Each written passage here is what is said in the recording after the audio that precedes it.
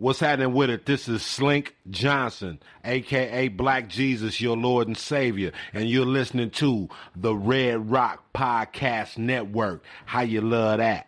You are listening to the Red Rock Podcast Network, featuring Pod of Thrones and the Shiznit. Look, this is for my old heads, young Jesus shadow. Dino Red said he loves the intellect. He never hesitates. I can rap whatever, bro. I'm only in first gear, still way ahead. Living in the cold world full of that nonsense. Drug heads, teen moms, day-to-day violence. Fiends at the corner, panhandle for bottles. 12-year-olds running around with pistols and hollows. Fuck with my conscience, but still I do. I know right from wrong, but my decisions is stupid. My generation is crazy, and the media proof. Ignorance is bliss, and we is illy influenced. And that's why I'm here. Old soul kicking brand new flavor in your ear. Rapper of the year. This is the Red Rock Podcast Network.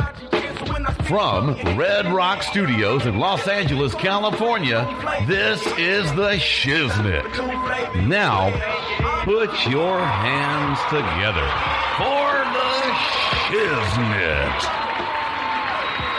Hey, welcome back to another episode of the Shiznit Show. I'm your boy. I'm your host, Dino Red, and I can be reached on Twitter at the Shiznit Show.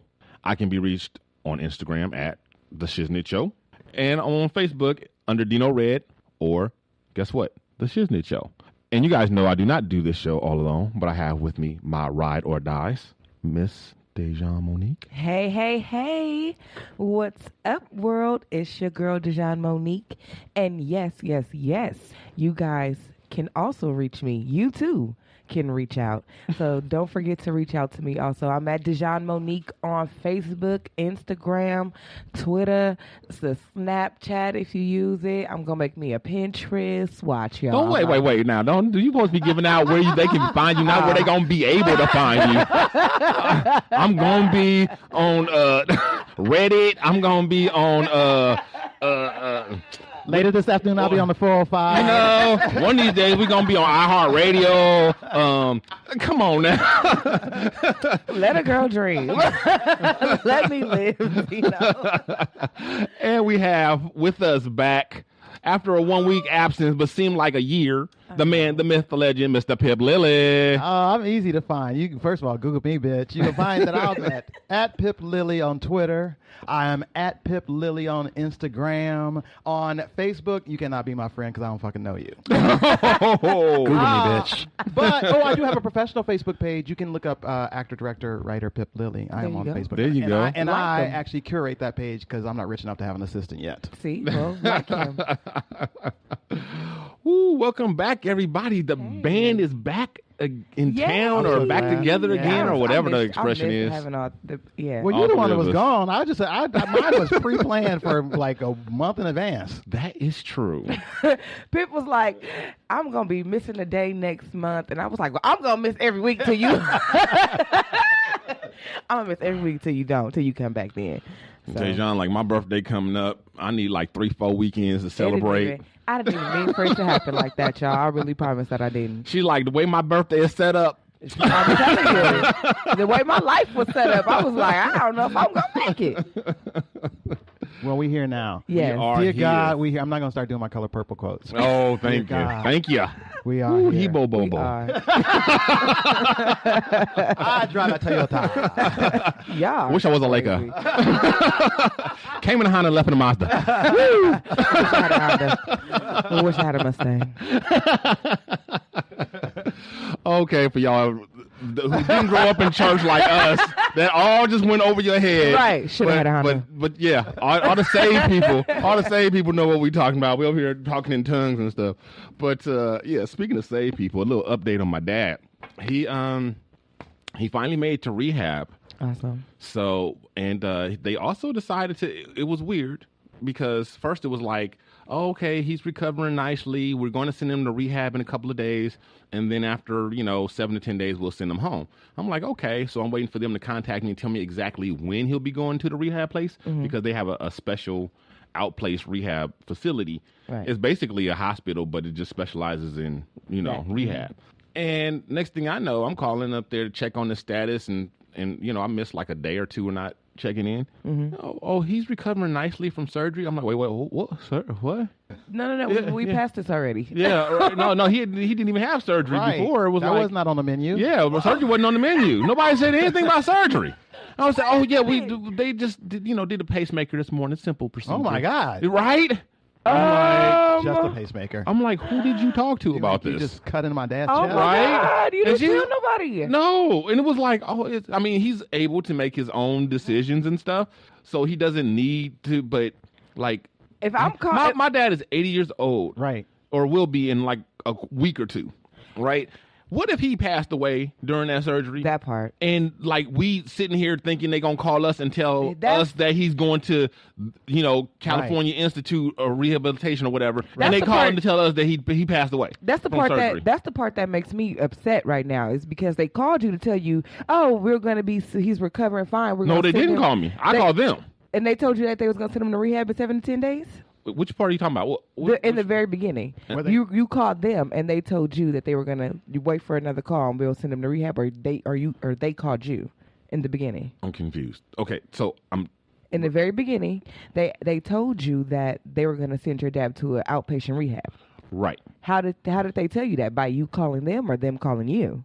I think they called us. They You called see what us I'm about saying? that. So they'll call you and They called us tell about you. They can call you and tell you, oh, we'll wait for our call. We're going to send your dad to an outpatient rehab. But they didn't call you. Well, to tell the thing you is, they that didn't. was going to They didn't put call your to dad tell. a They didn't pacemaker? call to tell me. They called to ask us, me and my sister. They called to ask us about it because they could have sent him home and then sent a nurse to do follow up rehab, or they could have sent him to this rehab place.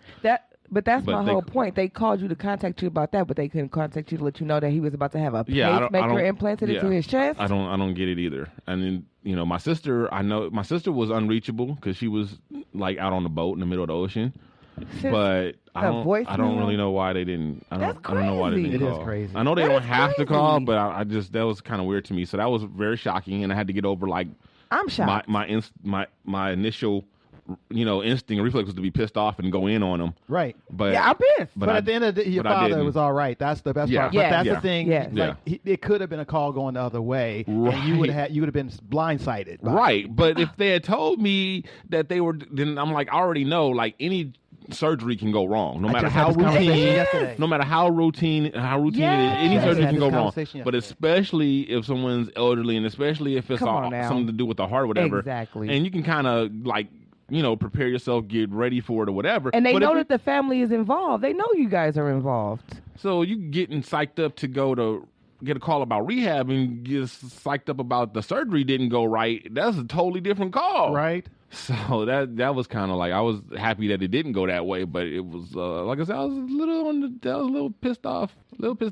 Yeah, sometimes the protocol at these places, So, I just cannot yeah, get with I don't it. know. Well, But I he- just- go ahead. No, I just had this conversation yesterday about like any surgery, any kind of procedure, no matter how minor, could be fatal. Yeah. It just could Right. be. That's that's the They- risk. We yeah. all know that. They tell you that. Yes, they they make you do. sign that paper that say that. Yeah. They do. They tell you. That's why they don't even allow nurses in school to give kids aspirin. Right. Like no medical thing. Like everything could be dangerous. Yeah, baby, take this Band-Aid. Yeah. So yep. So he's at the rehab place. We went to see him, which That's is good. a good thing too, That's good, because yeah. like kids are allowed at the rehab place. Oh, that's nice. But in the hospital, you got to be over 12 to visit. Right. They don't let Aw. you. The kids can't go to the hospital unless they're actually sick. Wow. Yeah, they don't let kids visit didn't know hospitals. that. Yeah. Yeah, because they're too susceptible Susceptible, yeah. to whatever. I remember So that when I makes was a kid. sense, I couldn't yeah. see anybody in the hospital when I was a kid. yeah, I remember them sneaking me in because I was 7 when my sister had her first baby, my nephew.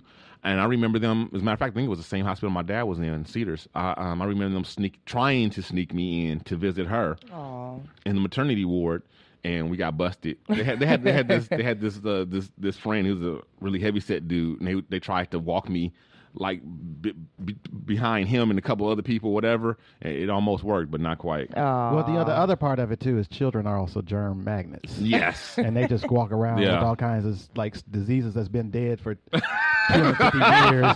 Your child got it on their fingernails, and you get And you they sick. like touching you all in the face.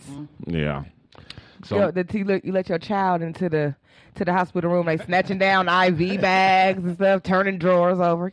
So badass kids out here. my Sticking their hands sister, in people jello. my sister and I are like basically. Well, it was my brother too, but mostly me and my sister are like kind of the ones who make the decisions for my dad. And we were saying that it's it's time to have a couple of hard conversations. Yeah. Like that. Like, do you have a will? Mm-hmm. If you don't have a will, maybe we should get you one. Mm-hmm. And in the event that you don't get one in time, let us know what your wishes are. Right. Mm-hmm. Like, how do you feel about life support? How do you feel about DNRs? Mm-hmm. Do you have life insurance? Where's the policy? Where's the information? Like, all of that stuff. It's a hard conversation, but Yeah. it's time to have it. He's 80 and he's having surgeries Definitely. and pacemakers and whatnot. It's time to have that conversation. Man, my mom is in her 60s. We already had that conversation.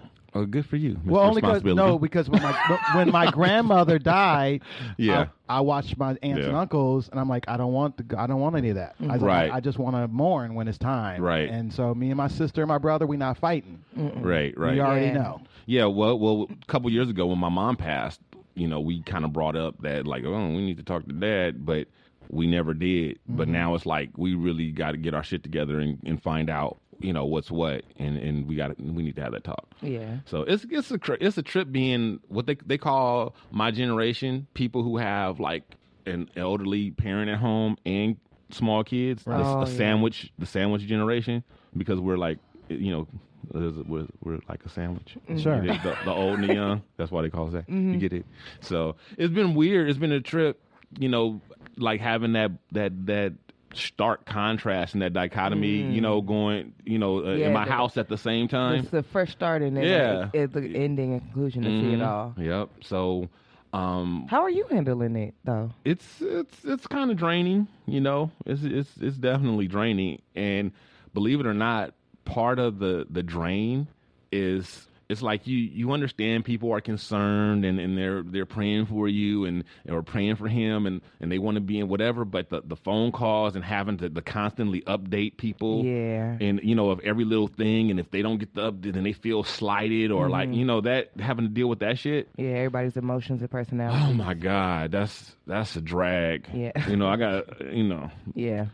me and my little sister, a couple years ago, after a time he went to the hospital, we kind of got into it for a minute, real quick, because she tried to get on my case about not updating her. So I'm like, girl, you all the way in Africa. You better calm the fuck down. You know what I mean? Like, I'm over here doing the best I can. I get to you when I get to you. You better recognize. The best way to get an update is to go see for yourself. Right. Now that's true.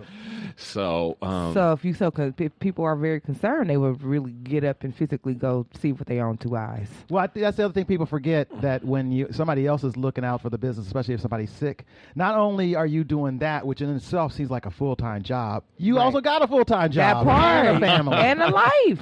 oh my God. Oh, so this is the reason why I brought up the whole sandwich thing, guys, because I told you about the talk that my sister and I need to have with my dad, right? That hard talk. Where on the other end, I feel like there's a hard talk that needs to come up too.